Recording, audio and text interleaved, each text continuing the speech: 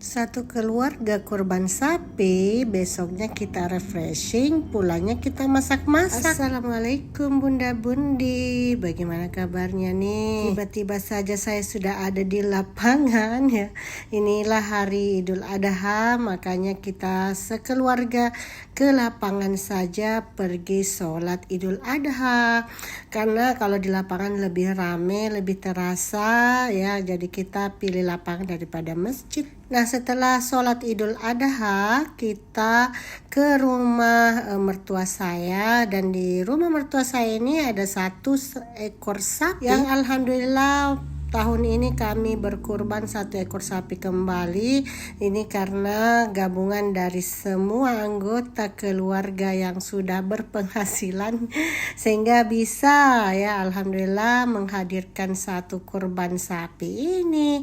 Dan ini adalah proses pemotongannya, dan keluarga sudah siap-siap untuk memotong-motong dan membagikan daging kurban ke seluruh orang-orang di sekitar kami yang membutuhkan. Jadi tidak menunggu lama, sapi ini sudah bisa dibagi-bagi per kilonya ya. 1 plastik itu kami bagi menjadi 1 kilo supaya semua keluarga inti, keluarga jauh yang butuh, kemudian tetangga juga.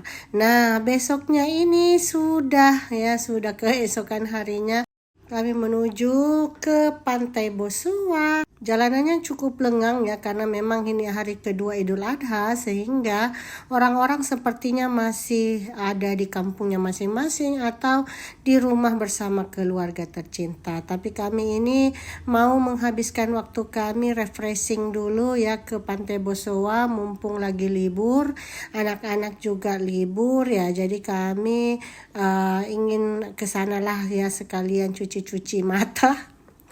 Ya, biasanya saya memilih alam ya terlebih dahulu dibandingkan dengan mall. Kalau mau cuci mata, kalau ke mall itu sakit hati ya kalau tidak beli apa-apa gitu ya.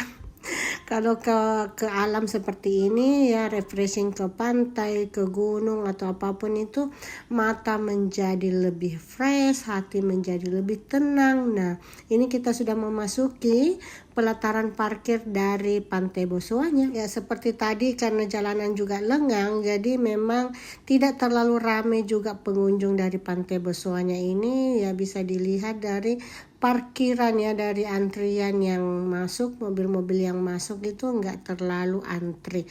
Nah, ini dia kondisinya, kami sudah memasuki, dan karena saking asyiknya ini saya lupa merekam proses makan kami, karena tadi sesampainya langsung kami makan bekal yang tadi subuh saya sudah masak ya. Sederhana saja, ada mie goreng, indomie goreng, ada telur, mata sapi, lalu saya buatkan sambal, kemudian ada buras dan ketupat ya, dan ada juga ayam kecap ya, tapi ayam kecapnya ketinggalan di rumah ya.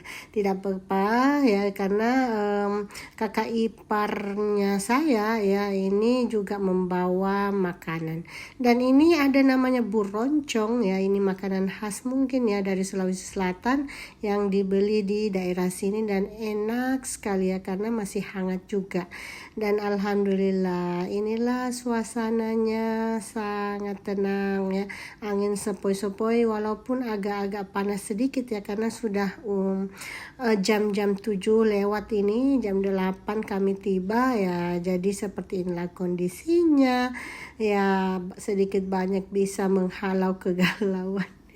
Nggak galau-galau amat sih sebenarnya ya, refreshing lah dari rutinitas yang kemarin-kemarin sangat sibuk di sekolah. Dan alhamdulillah saya juga ditemani oleh Pak Sus saya yang kebetulan Idul Adha ini dapat cutinya, dan tiba-tiba saya sudah berada di rumah. Nah, ini Pak Sus tidak ada capek-capeknya ya, ini langsung mengerjakan proyeknya, itu adalah membuat tempat kunci. Kebetulan papan yang dia bawa atau kayu yang dia bawa ini bermotif ya. Kayu ini dia bawa memang dari Wondula ya, daerah sekitar Surako ini, karena motifnya yang bagus. Dia mau buat sesuatu yang pertama ini adalah tempat gantungan kunci ya, karena memang kunci-kunci di rumah ini tidak tahu entah kemana letaknya kalau sudah digunakannya. Jadi dipakailah seperti ini, dibuat seperti ini, lebih tertata ya, walaupun dindingnya itu belum dicat ya. Nah, di dapur saya tak lupa memasak paru-paru rica. Pedas nikmat ini dia ya. Oke deh, sampai di sini dulu. Assalamualaikum.